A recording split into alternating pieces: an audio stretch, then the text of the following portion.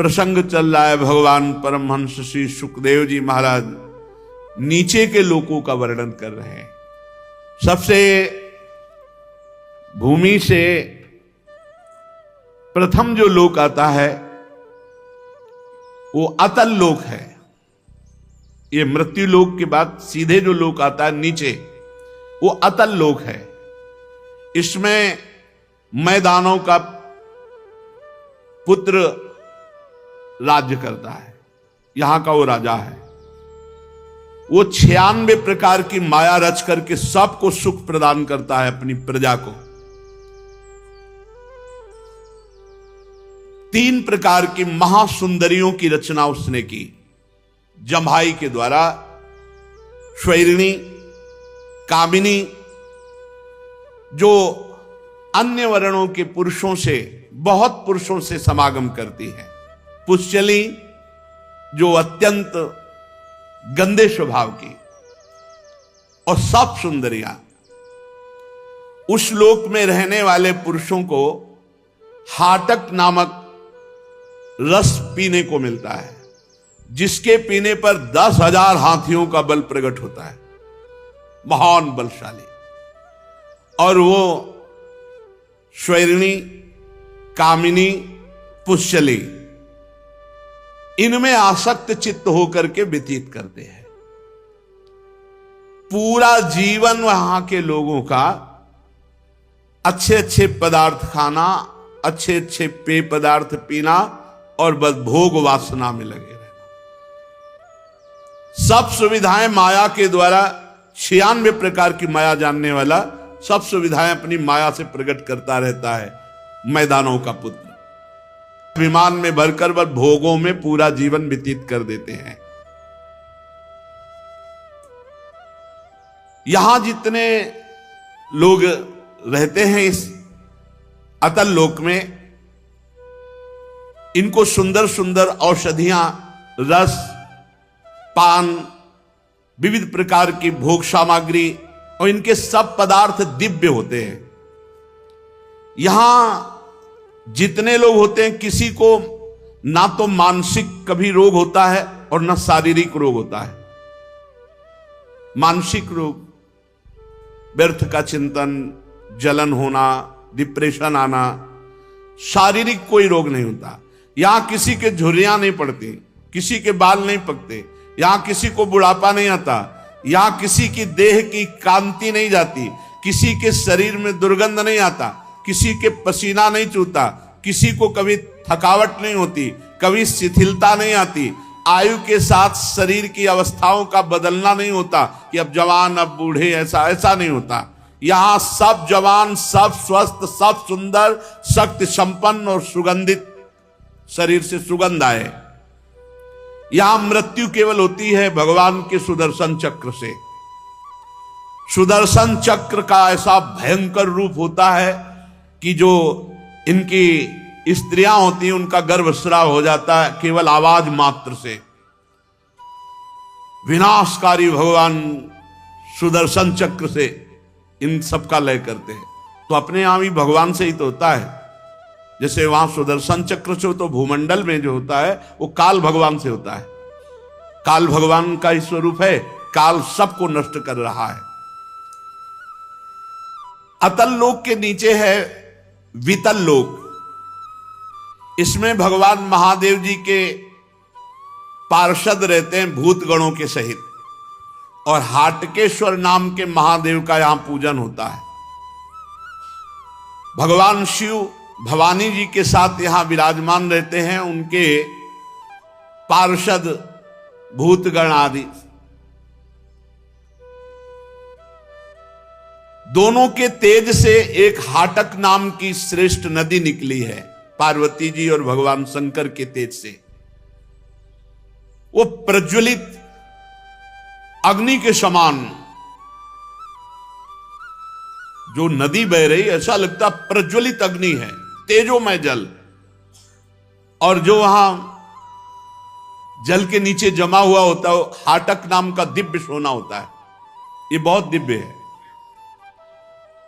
उससे बने हुए आभूषण सदैव चमकते रहते हैं, कांतिवान रहते हैं। तो वहां जितने भी भूतगण और वासी हैं बीतल लोक में, वो सब इसी सोने के आभूषण आदि धारण करते हैं। वहां महादेव जी, भवानी जी और उनके पार्षदगण ये बीतल लोक में रहते हैं। बीतल लोक के नीचे है सुतल लोक। इसमें महायशस्वी पवित्र कीर्ति विरोचन पुत्र परम भागवत बलि जी महाराज रहते हैं सुतल लोक में। भगवान ने इंद्र का प्रिय करने के लिए अदिति के गर्भ से वामन अवतार धारण किया था और इनसे 3 पग पृथ्वी मांगी थी। बलि जी ने दिया भी। भगवान ने पूरा लीला चरित्र तो आगे है।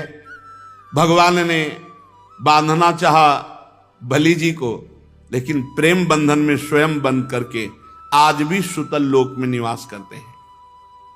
जैसी बलि जी को संपत्ति मिली वैसी इंद्र के पास है ही नहीं। परम पूज्यतम महामहिम भगवान आज भी निर्भयता पूर्वक बलि को निर्भय प्रदान करने के लिए द्वार में खड़े हुए वामन भगवान के रूप में सुतल लोक में। परमात्मा भगवान वासुदेव को भूमि दान किया तो भगवान स्वयं द्वारपाल बन खड़े और सुतल लोक का ऐसा ऐश्वर्य कि देवराज इंद्र के पास नहीं। ये तो हुआ नाशवान, लेकिन अविनाशी भगवान स्वयं प्रतिपल दर्शन दे रहे हैं। और महिमा विख्यात महाभागवत बलि की, भला भगवान से जुड़ जाने का केवल सुतल लोक ही फल होगा क्या? यस्य हावावोच्छुत पतन प्रस्खलनादिषु विवशः सकरन् नामाभिगृह्णन् पुरुषा कर्म बंधन मंजसा विधुनोति यस्य हैव प्रतिबाधनम मुमुक्षोन्यथैवोपलभन्ते। कह रहे हैं जिन भगवान का गिरते, छींकते, फिसलते समय एक बार भी बोल दे कृष्ण गोविंद हरि, उसके कर्म बंधन कट जाते हैं। तो जिन्होंने अपना सर्वस्व बलि ने दे दिया उनको केवल सुतल लोक की संपत्ति मिलेगी क्या? नहीं, सारे कर्म बंधन कट गए। भगवान की उनको निरंतर सानिध्य प्राप्ति हुई। जो भगवान का आश्रय ले लेते हैं, अपने आप को भगवान को समर्पित कर देते हैं, ते लोक लोकांतर के सुख तो ऐसे ही ब्याज में समझो। मूल तो उन्हें भगवान का सानिध्य मिलता है, भगवद स्मृति मिलती है, परम पद प्राप्त होता है। अतएव संयमी भक्त कभी भगवान से इन लोकों के सुख नहीं मांगते। वो भगवान से भगवान की प्राप्ति चाहते हैं। सदैव आपको देखता रहूं, आपकी सेवा करूं, आपके सानिध्य में रहूं, यही फल।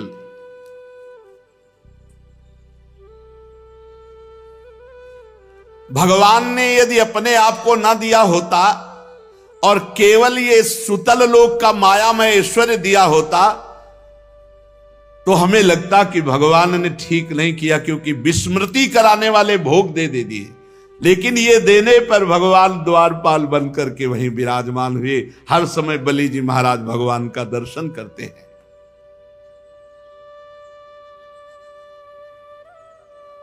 जिस समय कोई और उपाय न देखकर भगवान ने याचना के लिए सर्वलोक महेश्वर होकर बलि के सामने भिक्षुक बन करके गए, तो इस महापुरुष ने शरीर सहित संपूर्ण दान कर दिया। भगवान ने 2 पग में सब ब्रह्मांड नाप लिए। कहा तीसरा पग कहां? तो उनका प्रभु 2 में संपत्ति नापी, तीसरे में संपत्तिवान को नाप लीजिए। और कैसे भगवान वरुण पास में, जिसमें प्रतिपल महान कष्ट है, उसमें बांधा था बलि जी को। ऐश्वर्यशाली इंद्र को बना दिया, पर कार्य सिद्ध बलि का किया। बलि को भगवान मिले, इंद्र को त्रिभुवनपति मिला। क्या? इसलिए बुद्धिमान वही है जो भगवान का भजन करके भगवान की भक्ति मांगे, भगवान का भजन मांगे, भगवान की दास्ता मांगे, भगवान से ये भोग सुन के ना मांग ले। इस नया स्वप्न है, ये कुछ नहीं।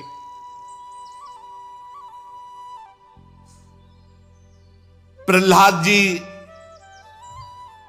जब देखा कि भगवान ने हिरण्यकश्यप को मार दिया है, तो प्रभु ने कहा वरदान मांगो। तो यही मांगा था कि प्रभु मेरे हृदय में कोई अन्य कामना नहीं हो, सदैव आपकी सेवा। भगवान से भक्त कभी ये नहीं मांग सकता कि आपको मैं भूल जाऊं और भोगों की प्राप्ति कभी स्वीकार नहीं कर। वो भक्त ही नहीं जो भगवान को भूलकर भोग मांगता है। बड़े महानुभाव महाराज बलि जी, भगवान की उनके ऊपर बड़ी कृपा, सारी वासनाएं शांत हो गई बलि जी की। निरंतर भगवान के दर्शन और सानिध्य में रह रहे हैं। इनका चरित्र आगे अष्टम स्कंध में आएगा। भगवान आज भी हाथ में गदा लिए सुतल लोक में राजा बलि के द्वार पर खड़े रहते, द्वारपाल बले। एक बार दिग्विजयी रावण बड़े घमंड में भरा हुआ सुतल लोक में दिग्विजय करने के लिए पहुंचा। भगवान ने एक पैर की ठोकर मारी, लाखों योजन दूर गिरा, जाकर के दरवाजे के अंदर ही नहीं घुसा, सुतल लोक में ही नहीं घुसने दिया। आज भी भगवान द्वारपाल बने विराजमान है। सुतल लोक के नीचे तलातल है, इसमें स्वयं दानवराज मय रहता है। प्रथम लोक में इनका पुत्र राजा है और तलातल लोक में स्वयं मय दानव रहता है। तीनों लोकों को शांति प्रदान करने के लिए भगवान शंकर ने ये जो 3 पुर बनाए हुए थे मैदानों ने, उनको भस्म कर दिया था। आज भी वहां छुप करके रह रहा है। पूरा शासन है तलातल राज्य में इसका।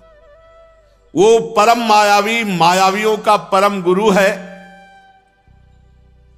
और महादेव जी इस पर बहुत प्रसन्न भी हैं और महादेव जी के द्वारा वो सुरक्षित है। इसलिए भगवान के सुदर्शन चक्र का भी कोई भय वहां नहीं है, क्योंकि महादेव जी वहां सुरक्षा करते हैं। वहां के निवासी कोई ऐसा नहीं है जो मैदानों के आदर और सम्मान और आज्ञा का पालन न करता हो। वहां जब विनाश होता तो महादेव जी का ही अपराध करने पर होता है। सुदर्शन चक्र से भी वहां भय नहीं है, क्योंकit महादेव जी द्वारा सुरक्षित है। तो महादेव जी के द्वारा होता है वहां जो विनाश होता है। उसके नीचे महातल में ये सब 1000 फण वाले, अनंत फण वाले, सैकड़ों फण वाले ये सर्प रहते हैं। सर्प लोग समझो महातल। इसमें कद्रु जी से उत्पन्न बहुत से सिर वाले क्रोधवश नामक समुदाय सर्पों का रहता है। कुहक, तक्षक, कालिया, सुषेण, ये प्रधान अनेक फण वाले। यहां केवल विनाश होता है गरुण जी से। गरुण जी से मृत्यु होती जिसकी होती। ये बड़े अपने परिवार के, इनके भी स्त्री पुत्र मित्र कुटुंब परिवार ये सब इच्छाधारी नाग हैं। कोई ऐसे नहीं कि वो फणे फैलाए हुए, पुरुष रूप में भी देव रूप में भी रहते हैं। यहां का नाश होता है भगवान गरुण जी के द्वारा। उसके नीचे है रसातल। रसातल में परिणाम के बड़े दैत्य और सब दानव रहते हैं। यहां निवात कवच, काले, हिरण्यपुरवासी, ये सब महान बलशाली दैत्य रहते हैं। देवता सदैव इनसे भयभीत रहते हैं, ऐसे बलवान हैं। ये जन्म से बलवान महान साहसी होते हैं। रसातल में इनमें आपस में कभी द्वेष नहीं होता। इनका संपूर्ण लोकों पर प्रभाव है। ये डरते हैं तो केवल भगवान श्री हरि के तेज से डरते हैं। निवात कवच काले हिरण्यपुरवासी परिणाम के दैत्य, ये भगवान से ही डरते हैं, दूसरे किसी से नहीं। रसातल के नीचे सबसे पाताल है, वहां भी सर्पलोक ही है। शंख, कुलिक, महाशंख, श्वेत, धनंजय, धृतराष्ट्र, शंखचूड, कंबल, अश्वतर, देवदत्त, ये बड़े भयानक क्रोधी महान विषधारी ये नाग रहते हैं। इस पाताल में वासुकी प्रधान है, यहां के वासुकी नाग प्रधान है। यहां किसी के 5, किसी के 7, किसी के 10, किसी के 100, किसी के 1000 फणों में मणियां दमकती रहती है। पाताल लोक में इन्हीं सर्प मणियों से प्रकाश होता है। पाताल लोक तक तो ये 7 लोक वर्णन हुए। पाताल लोक से 30,000 योजन की दूरी पर भगवान शेष जी विराजमान है। 30,000 योजन नीचे, और इनका नाम संकर्षण है। हजारों मणियां इनके मस्तकों पर दमकती रहती हैं, और संपूर्ण भूमंडल जितना आपने सुना नीचे से लेके ऊपर तक सब ये भगवान शेष जी के एक फण में सरसों के दाने के समान रखा हुआ है। एक मस्तक पर ये समस्त ब्रह्मांड भगवान शेष जी के फण पे ऐसे रखा है जैसे किसी की खोपड़ी पे सरसों का दाना रख दे तो पता ही न चले, ऐसे पूरा ब्रह्मांड रखा हुआ है। प्रलय काल उपस्थित होने पर विश्व का संहार करने के लिए नीचे से इनके नेत्र क्रोधवश हो जाते हैं, और भ्रकुटियों के तन जाने से 11 रुद्र प्रकट होते हैं साथ में ही, जो 3-3 नेत्र वाले होते हैं। तो भगवान संकर्षण के मुख से ज्वाला विष बही और 11 रुद्रों के तीनों नेत्र खुल जाते हैं, और नीचे से जलना शुरू होता है, सब भस्म हो जाता है। ये सब हाटक पी करके जो उन्मत्त है तो राख हो जाते हैं। इसलिए वृंदावन में रहने की बात सोचो, अतल वितल की तरफ मत सोच लेना। ये सब नाशवाना ब्रह्म स्तंभ पर्यंतम सर्वम मायामयम जगत सत्यम सत्यम पुनः सत्यम हरिर नामैव केवलम। जो नाम जप कर रहे हैं भगवान के धाम में विराजमान है, महाप्रलय की पवन वहां स्पर्श ही नहीं करती। भगवान संकर्षण बहुत गोरे हैं, बहुत गौर वर्ण के हैं। चरण कमलों के गोल गोल स्वच्छ और अरुण वर्ण नखमणियों की पंक्ति के समान दे दीप्यमान हैं। प्रधान प्रधान भक्तों के सहित अनेकों नागराज अनन्य भक्ति भाव से भगवान संकर्षण के चरणों में प्रणाम करते हैं। तब उन्हें उन नखमणियों में अपने कुंडल कांति मंडित कमनी कपोलों वाले मनोहर मुखारविंदों की मनमोहिनी झांकी होती, उनका मन आनंद से भर जाता है। नागराज की कन्याएं भगवान संकर्षण के चरणों की उपासना करती है। देवता असुर नाग सिद्ध गंधर्व विद्याधर मुनिगण कोई ऐसा नहीं जो भगवान शेष जी की आराधना न करे। वही लक्ष्मण जी के रूप में है, वही बलराम जी के रूप में है। भगवान संकर्षण के नेत्र निरंतर प्रेम मद से टपकते रहते हैं, नेत्रों से आंसू टपकते रहते हैं, और वो भगवान के चिंतन में प्रेम में विह्वल रहते हैं।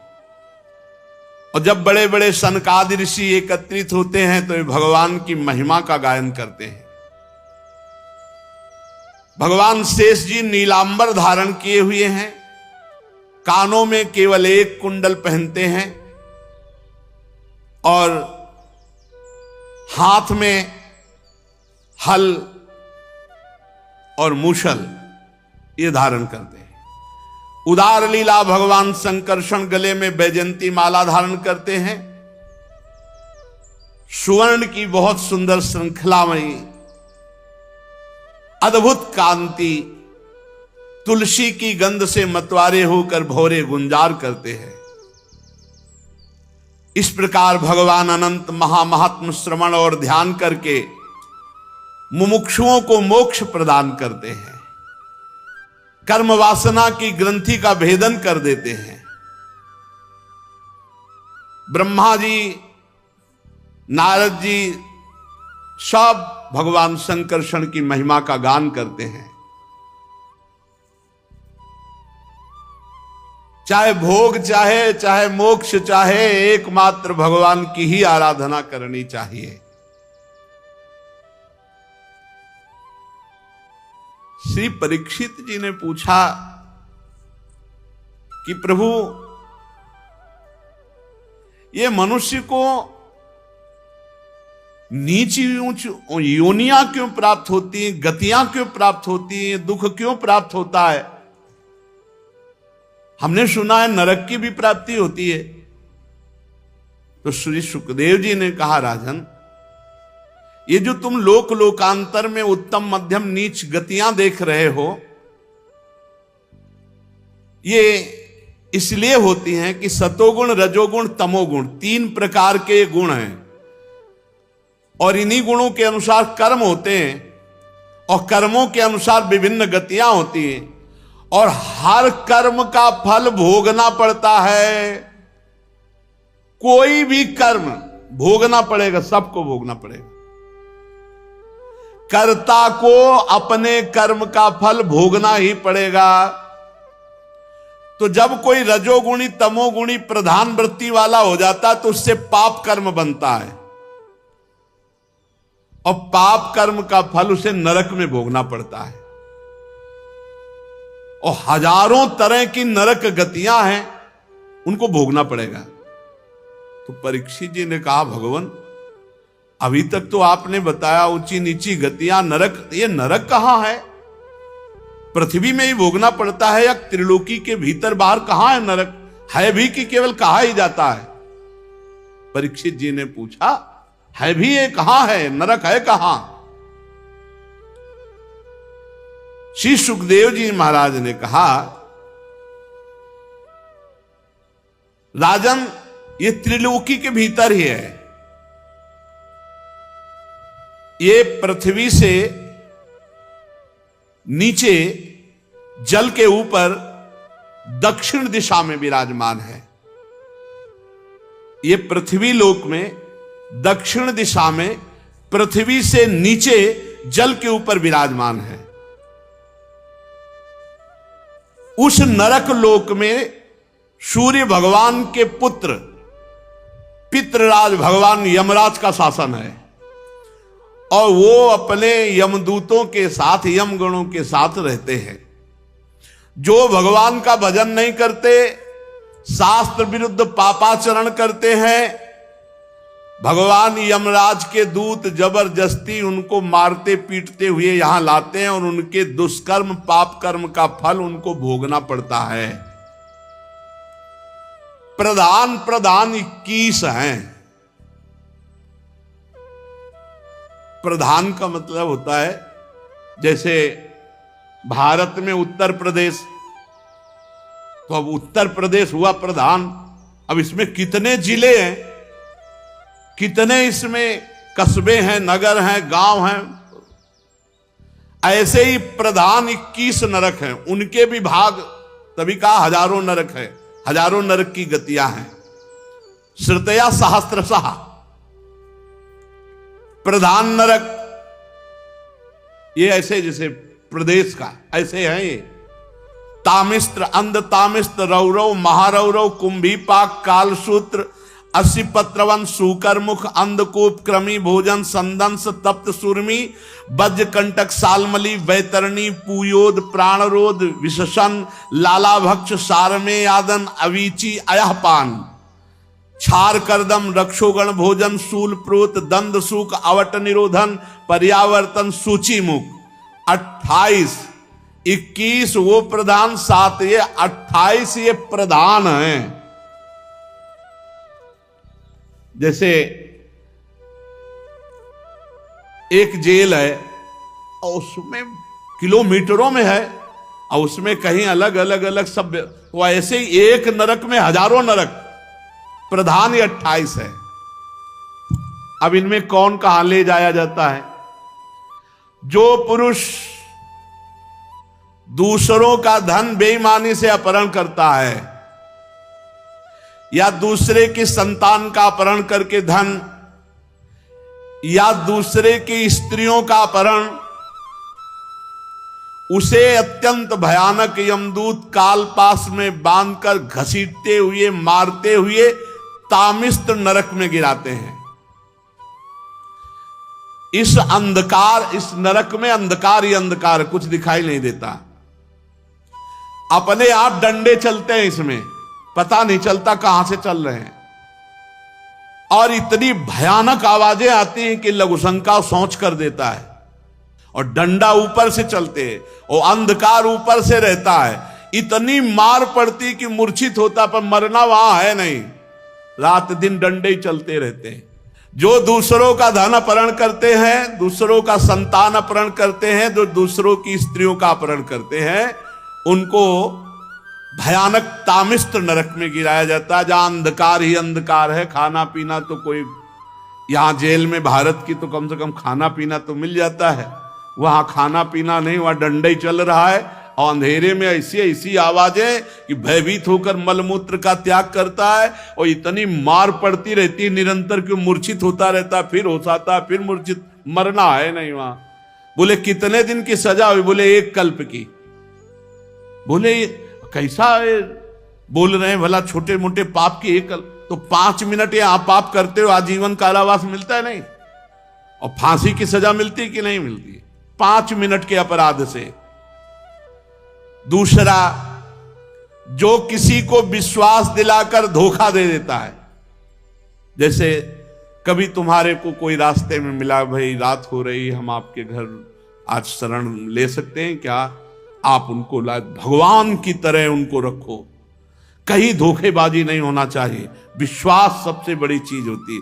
कोई कभी कैसी परिस्थिति में माता बहन कोई भी मिल जाए, अगर उसको आप शरण दे दे तो विश्वासघात नहीं होना चाहिए, नहीं नरक की प्राप्ति होगी। जो किसी को विश्वास देकर फिर विश्वासघात करता है, जो किसी स्त्री को फंसा करके, प्यार दुलार विश्वास ऐसा, और उसके साथ गलत आचरण करता है, 2 प्रकार के। एक तो किसी को भी शरणागति दे के आज हम आपके घर रुकना चाहते हैं, तो अगर आपको संशय तो लाओ मती, और अगर लाओ तो विश्वासघात नहीं होना चाहिए। फिर बहुत बड़ा, देखो महाराज शिवी के गोद में आके कबूतर गिर गया तो उसकी रक्षा के लिए उन्होंने अपने शरीर का मांस दे दिया, कबूतर की हानि नहीं होने दी। ऐसे यदि कोई अतिथि, कोई शरणागत, कोई भागकर घर में आ जाए तो फिर ऐसा, चाहे अपने प्राण देने पड़े लेकिन उसके प्राणों में कुछ फर्क नहीं पड़ेगा। एक ऐसा सिद्धांत है, अगर कोई भाग कर आ जाए तो फिर शरणागत की रक्षा कर। हाँ, कोई अपराधी भाग करके आ जाए तो फिर जब अपराध किए हुए तो फिर भोगो जाके तुम। जो किसी को विश्वास देकर धोखेबाजी करके फंसा देता है, धोखेबाजी से उसको कष्ट देता है, मार देता है, और जो किसी दूसरे की स्त्री को विश्वास दे करके, तो वो अंध तामिस्त नरक में पड़ता है। वहां क्या होता है कि वहां ऐसे यंत्र लगे हुए हैं कि उनमें फेंक दिया जाता है, टुकड़े टुकड़े होकर गिरता, फिर मनुष्य बन गए, फिर फेंका गया, फिर ऐसे काटा जाता है। इतनी भारी दुखमयी वेदना होती है कि सब सुध बुध खो बैठता है। इसीलिए इसका नाम अंध तामिस्त नरक है। इसमें भारी कष्ट ही कष्ट है विश्वासघाती पर स्त्री गमन करने वाले को। और यहां इस लोक में जो शरीर का अभिमान करके कि मैं बलवान, मैं धनवान, मैं ऐसा, और दीन दुखियों को सताता है, द्रोह करता है, बहुत ही नीच प्रवृत्ति आ जाती जब अहंकार उत्पन्न हो जाता है, बहुत नीच प्रवृत्ति। जो मैं अहंकार से मैं धनी हूं, बलवान हूं, बुद्धिमान हूं, आदि आदि से दूसरे प्राणियों को कष्ट देता है, द्रोह करता है और दूसरों से छीन छीन करके विलासिता, सबको उसमें रहना चाहिए। जब ये ऐसे लोग शरीर छोड़ते हैं तो ये अपने पाप के कारण रौरव नरक में गिराए जाते हैं। जो अहंकारी, जो दूसरे के धन, दूसरे की वस्तुएं, दूसरों को द्रोह करना, दूसरों को कष्ट देना, ऐसे लोग रौरव नरक में गिराए। इस नरक में जीवों को भयानक कष्ट दिया जाता है। इसमें रुरु नाम के यमदूत होते हैं, इसीलिए इसका नाम रौरव है। वो सर्प से भी ज्यादा क्रूर स्वभाव के जहरीले होते हैं। बार बार वो डसते, बार बार काटते, उनका जहर चढ़ता है, मरना वहां है नहीं, ये कल्प कल्प तक के लिए। जो अपने पति को छल पूर्वक फंसाकर और दोपहर पुरुष से रति करना, अपने पति की हानि करा देना, मार देना या उससे छल करना, और दूसरे तो 100 कल्प तक रौरव नरक पड़ती। पतिवंचक परपति रति करई, रौरव नरक कल्प सत पर है। ये खिलवाड़ नहीं, बहुत होश में जीवन व्यतीत करना चाहिए। इसके आगे एवमेव महारौरव यत्र निपतितम पुरुषम क्या ब्रादा नाम रुरुवस्तम क्रव्येण घातयंती या केवलम देहम भरा। ये जो दूसरों का मांस खाते हैं अपने शरीर के पोषण के लिए, जो किसी की परवाह नहीं करते, मनमानी पापाचरण करते हैं, धीरे धीरे बुद्धि भ्रष्ट हो जाती है। जब भगवान शास्त्र का भय नहीं रहता ना, तो बुद्धि भ्रष्ट हो जाती है। ऐसे लोगों को महारौरव नरक में डाला जाता है, महारौरव नरक में, और वहां इन्हीं का मांस काट काट के इनको खवाया जाता है। अब खाओ, अब वहीं खवाया जाएगा तुम्हें, भोगोगे। महारौरव तैयार रहे, जो मछली, मुर्गा, बकरा, सब अंडा, महारौरव के लिए टिकट है पक्की। अब तुम्हें लग रहा कहां है तो देख लेना, अब यहां फोन से बातचीत तो होगी नहीं तो तुम्हें सबको पता हो जाए कि हाँ होता है। नरक में क्या स्वागत होता है, अगर वो पता चले ना खुले सबको, तो सब होश में हो जाए। भगवान का खेल ऐसा है। कच्चा जिंदा मांस उसका काटा जाता है, इसे काट काट के उसी को खवाया जाता है, महारौरव। और ये प्रक्रिया चलती रहती बराबर। फिर जो क्रूर मनुष्य पक्षियों को, पशुओं को भूंजता है, राक्षस प्रवृत्ति इतनी बढ़ जाती, तुम्हें कैसे बताएं। ये जो अपना पेट पालने के लिए अशुद्ध भोजन जीवों को भूंजते हैं, हृदयहीन राक्षसों से गए बीते इन लोगों को कुंभीपाक नरक में ले जाया जाता है। कुंभीपाक नरक में जानते हो क्या है? बड़े बड़े कड़ाह में खोलते हुए तेल में पकोड़े की तरह डाल दिए गए। अब जलते रहो 1000 वर्ष, 2000, कितना समय, जितना दंड दिया, मरना वहां है नहीं, और कष्ट यहां से ज्यादा होता है। इससे भी सुकोमल शरीर होता है यातना देह, जो हमें नरक में मिलता है।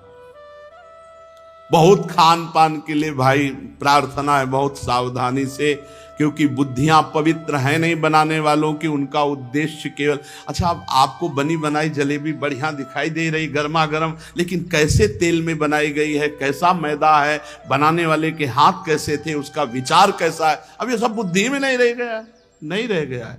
आज का जो नया समाज है उसको होटल पसंद है, बाहरी भोजन पसंद है, घर की तो पसंद है नहीं। स्वधर्म का त्याग प्रतिपद होता चला जा रहा है। अपने धर्म को समझ ही नहीं रहे कि हमारा धर्म क्या। अरे धर्म से मतलब क्या रह गया? जितना हमारा मनमानी आचरण बिगड़, ये नरक पहुंचाएगा। जो केवल अपने पेट पालने में लगे रहते हैं, जो पशुओं को भूंजते हैं, रांधते हैं, ऐसे हृदयहीन मनुष्यों को राक्षसों से भी गए बीते क्योंकि राक्षस तो राक्षस है ही। कुंभी पाक नरक में ले जाते हैं और तेल में खौलाते हुए तेल में पकाते हैं। और वहां कोई सुनने वाला तो है नहीं, जैसे तुमने नहीं सुना। छोटे छोटे जीव हैं, उनको सब ऐसे। जो मनुष्य, ध्यान से सुनो, अपने माता पिता को पीटता है, अपमानित करता है, वयोवृद्ध उनकी सेवा नहीं करता, तिरस्कार कर देता है, घर से निकाल देता है, वैष्णवों का विरोध करता है, ऐसे दुष्ट को काल सूत्र नरक में ले जाया जाता है। काल सूत्र, अलग अलग जैसे जेल है ना, ऐसे नरक है। ये 10,000 योजन का घेरा है, 10,000 योजन का, और इसकी भूमि तांबे के समान है। और आग जैसे तपती, ऐसे तपती हुई, और ऊपर से आग फेंकी जाती है।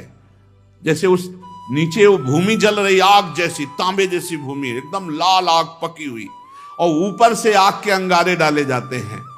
अब नीचे से वो आग, ऊपर से वो आग, और 10,000 योजन भूमि लंबी है। अब उसी में दौड़ता रहता। अब कितने वर्ष का सजा दी गई? कौन? जो अपनी माता को थप्पड़ मारता है, पिता को। बहुत ये बूढ़े माता पिता भगवान का स्वरूप है, इनको ऐसा ना करे, इनको कष्ट ना दे। अरे तुम्हें पाला पोसा है भाई, तो कम से कम आरती पूजा ना कर सको, वैसे तो करना चाहिए नित्य माता पिता की आरती। और भगवान की करो, आरती ना करो, माता पिता की कर लो। उनको नहलाओ धुलाओ, कपड़ा लत्ता पहनाओ, खवाओ पियाओ, मेहनत करके भगवान के मंदिर भले अगर नहीं कभी गए तो भी भगवान की प्राप्ति हो जाएगी। क्योंकि घर में मातृदेवो भव पितृदेवो भव, इसका प्रमाण है। विट्ठल भगवान स्वयं चल करके आए थे पुंडरीक जी के घर, माता पिता की सेवा करने वाले। माता पिता मातृदेवो भव पितृदेवो भव। बहुत सावधानी से मनुष्य जीवन, जो अपने माता पिता का अपमान करते, मारते, पीटते, वयोवृद्ध अवस्था में सेवा नहीं करते, ऐसों को काल सूत्र नरक में गिराया जाता है। अब वहां पापी जलता हुआ भागता है 10,000 योजन की भूमि, सब जलने वाली भूमि। सोचो कैसा, इतनी बेचैनी, इतना ना कहीं खड़ा हो सकता है, कभी लौटता है, कभी भागता है, कभी छटपटाता है, दौड़ता है। उस नर पशु के जितने रोम होते हैं उतने 1000 वर्ष तक उसे भोगना पड़ता है। काल सूत्र नरक में जो वैष्णवों को, ब्रह्म ऋषियों को दुख देता है, माता पिता को मारता पीटता है, ऐसा। आगे कह रहे, जो पुरुष किसी भी प्रकार की आपत्ति ना आने पर अपने वर्णाश्रम धर्म को छोड़कर दूसरे धर्म का आचरण करता है, वैदिक मार्ग को छोड़ देता है, और जो पापी पाखंड पूर्ण जीवन बिताता, पाखंड जो है नहीं उसको दिखावा करके मनमानी आचरण, जो वैदिक शास्त्रीय सिद्धांत को छोड़कर मनमानी आचरण करता है वो पापी, और जो पाखंडी है, पाखंड का, वो पाप। इन 3 पापियों को, 3 प्रकार के पाप करने वालों को अश्री पत्रवन नामक नरक में डाला जाता है, जहां यमराज के दूत जैसे कांटे होते हैं ना, ऐसे कोड़े होते हैं, ऐसे कोड़ों से पीटते हैं। और वो इतना चिल्लाता, रोता है, इधर उधर दौड़ता है, तो वहां आसपास तलवार जैसे ऐसे लगे हुए, उनसे अंग उसके कटते हैं, कोड़े से मारा जाता है, बार बार मारा जाता। वो कहता है हाय मैं मरा, हाय चिल्ला, ऐसे चिल्लाता रहता है। धर्म छोड़कर पाखंड मार्ग में चलने वाले पाखंडियों को यही दंड मिलता है। कुकर्मियों को यहां अपने कर्म का फल भोगना पड़ता है। हे राजन, जो इस लोक में राजकर्मचारी पद पर होकर राजा, न्यायाधीश या बड़ा पदाधिकारी होकर निरपराध मनुष्य को दंड देता है और अपराधी को छोड़ देता है धन के बल पर, निरपराध निर्दोष को दंड देना, दोषी को मुक्त कर देना, उस महापापी को जो घूस लेकर के, चाहे कोई हो, न्यायाधीश पद हो, चाहे बड़ा राजकर्मचारी पद हो, चाहे जो पद हो, जो अपराधी से पैसे लेकर निरपराधी को दंड देता है, निर्दोष को दंड देता है, उस पापी को सूकर मुख नरक में गिराया जाता है। महाबली यमदूत उसको पहरे मार मार करके कुचलते हैं, पूरे अंगों को ऐसे लेटा करके, बड़े बलवान हैं, अब गदा आदि से मार मार करके उसके अंगों को कुचलते हैं। यहां जैसे निरपराध आदमी रोता रहता है कि हमारा कोई अपराध नहीं है, लेकिन पैसा मिल चुका है इसलिए अपराधी को बचाओ पक्ष में। इसीलिए एक बार एक वकील साहब वो बोले कि भाई हमको तो ऐसा करना पड़ता है, ये हमें सिखाया गया है। तो फिर हमने प्रार्थना की कि बुरा ना लगे, आपकी बहन के साथ कोई गलत करे और फिर इसके बाद आपको पता चले कि ये गलत आदमी है और फिर आपको पैसा दे, आप छोड़ा दोगे उसे? चुप हो गए।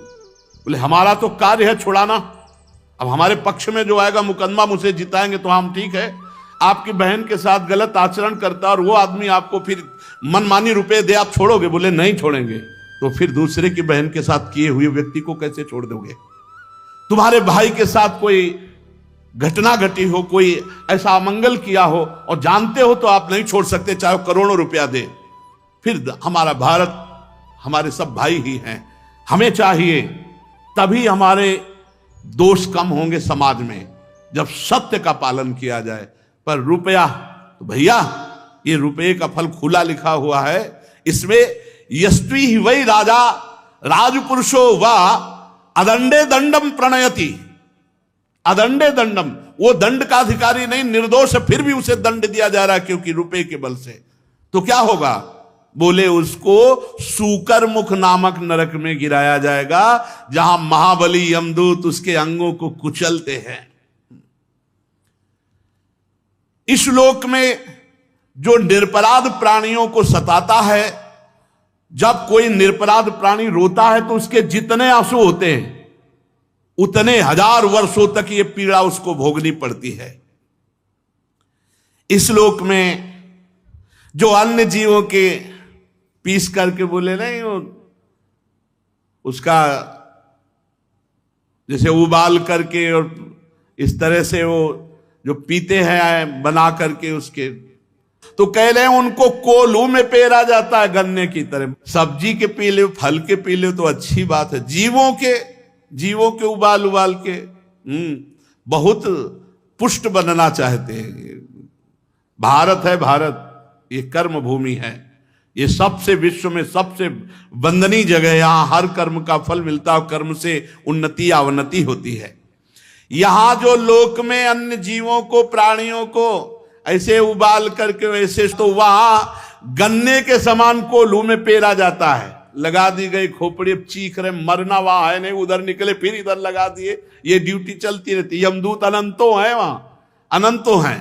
जो पुरुष इस लोक में खटमल, मच्छर, मधुमक्खी, नरक की तैयारी कर रहे हो भाई, वो एक चला ले कट कट कट कट ऐसे मच्छर मारेंगे। अरे भाई, अलग अलग पूरी सृष्टि है, भगवान ने बनाई, उनका स्वभाव बनाया, उनके लीवर नहीं है, सीधा पचा पचाया खून पी के वो जीवित रहते। उड़ा दो जान से, उसको मार ही दिया एकदम।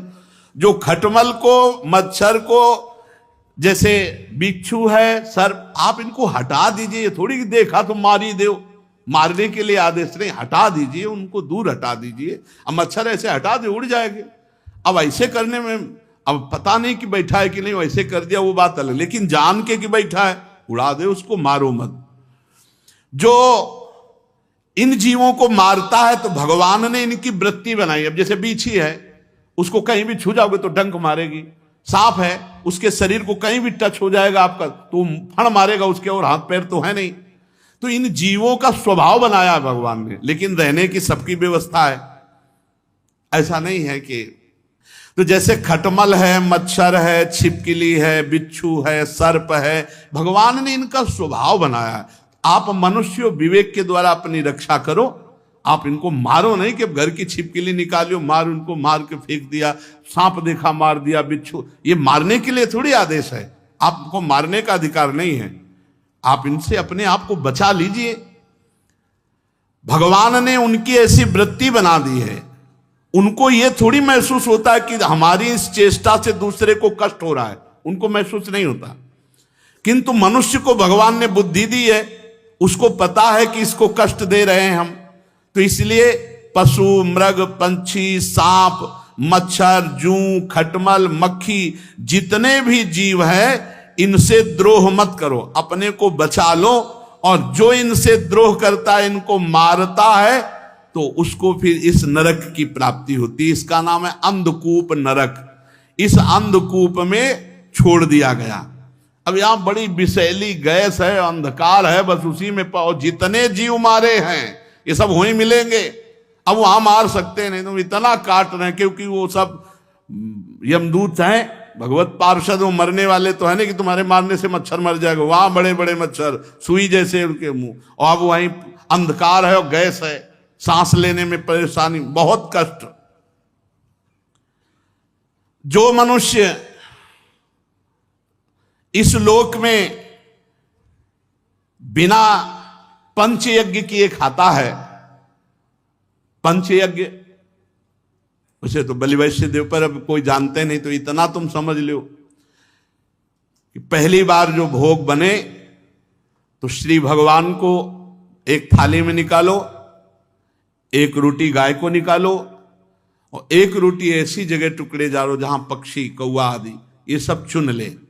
अगर भगवान को भोग लगा दिया है, गाय को रोटी निकाल दी है, और आपने पक्षी, जो पक्षी आदि के लिए डाल दी है, फिर इसके बाद बाहर निकलकर दरवाजे में देखो कोई अतिथि तो नहीं, कोई भूख। तो एक भगत बोल रहे थे कि तो और तो कोई दिखाई नहीं देता, संत जन तो अब दिखाई नहीं देते, घूमते ही नहीं है। ऐसा समय चल गया, घूमे तो मार डाले जाए, नहीं चल गया। देखो पाल घर में वहां वो घेर के मार डाले। अरे यार तुम पशु आदमियों को संत वेश में, अरे भैया वो कोई ऐसे तो है नहीं कि रात रात में अंतर ध्यान हो जाएंगे। उनको बंद कर लेते, फिर पुलिस से जानकारी लेते। बहुत समय विचित्र है। अभी कल परसों एक कह रहे थे बाबा जी, बाबा जी बनना खिलवाड़ समझते हो क्या? पाखंड करके पेट पालना तो बात अलग है, चाहे जैसे पूरे जीवन लड़ना है, पूरे जीवन लड़ना है। कोई छोटी मोटी बात समझते हो? केवल भोजन मिल गया, कपड़ा मिल गया, रहने को मिल गया, इसी से थोड़ी बाबागिरी होती है। अंदर के विकारों को सहन बहुत कठिन मार्ग है। भगवान की शरण में निर्वाह हो जाए, नहीं तो बहुत कठिन मार्ग है, बहुत। हम कह रहे हैं 30 साल आप ठीक से चले, 30 साल कितना समय होता है, और 30 मिनट चूक कर दी, कोई माफ करने वाला नहीं।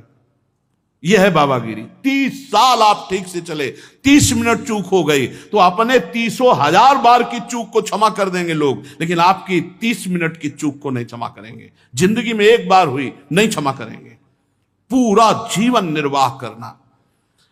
पंच महायज्ञ, वैसे तो बलि वैश्य देव बहुत जरूरी, पर अब कौन जानते नहीं बलि वैश्य देव कौन जानता है? बलि वैश्य देव कौन जानता है? कहां जानता है? पितृतर्पण नित्य कम से कम 5 आहुति तो अग्नि में स्वाहा बोले ही, तो सब चला गया। अब तो जूता पहने रसोई में खड़े खड़े वो उबल रहा है, वैसे ही खा रहे। राक्षसी विचारधारा, भागवतिक विचारधारा के कुछ लोग रह गए जो ये कि रसोई पवित्र रखो, भगवान को भोग लगना है। ऐसा कोई सी का जो भोग बना और उसमें वयोवृद्ध, बालक, रोगी, असमर्थ, अतिथि, पहले इनको घर में जो भोजन बने तो भगवान को अर्पित करने के बाद सबसे पहले वयोवृद्ध जो हैं, बालक हैं, जो रोगी हैं, अतिथि हैं, पहले इनको, बाद में और सब भोजन पाए। सबसे पहली थाल जो घर के वयोवृद्ध जन हैं उनके पास जानी चाहिए। जो रोगी है उसको, और जो अतिथि है उनको। फिर जो इस लोक में अच्छे अच्छे पदार्थ स्वयं पाता है, और आए हुए अतिथि या वयोवृद्ध जो अपने द्वारा पोषित हैं उनको ऐसे, जो स्वयं की चाट के लिए ही सब भोग बनाता है। अरे कहां भगवान को भोग लगाओगे, आधा घंटा में सब ठंडा हो जाएगा, लाओ ऐसे ले। नहीं, बहुत धैर्य रखो, धैर्य रखो, प्रभु को भोग पहुंचा दो। बहुत धैर्य ना हो तो उनको भोग पाने दो, आप दूसरा गरम गरम निकाल लो भाई, पर भोग पहले प्रभु को।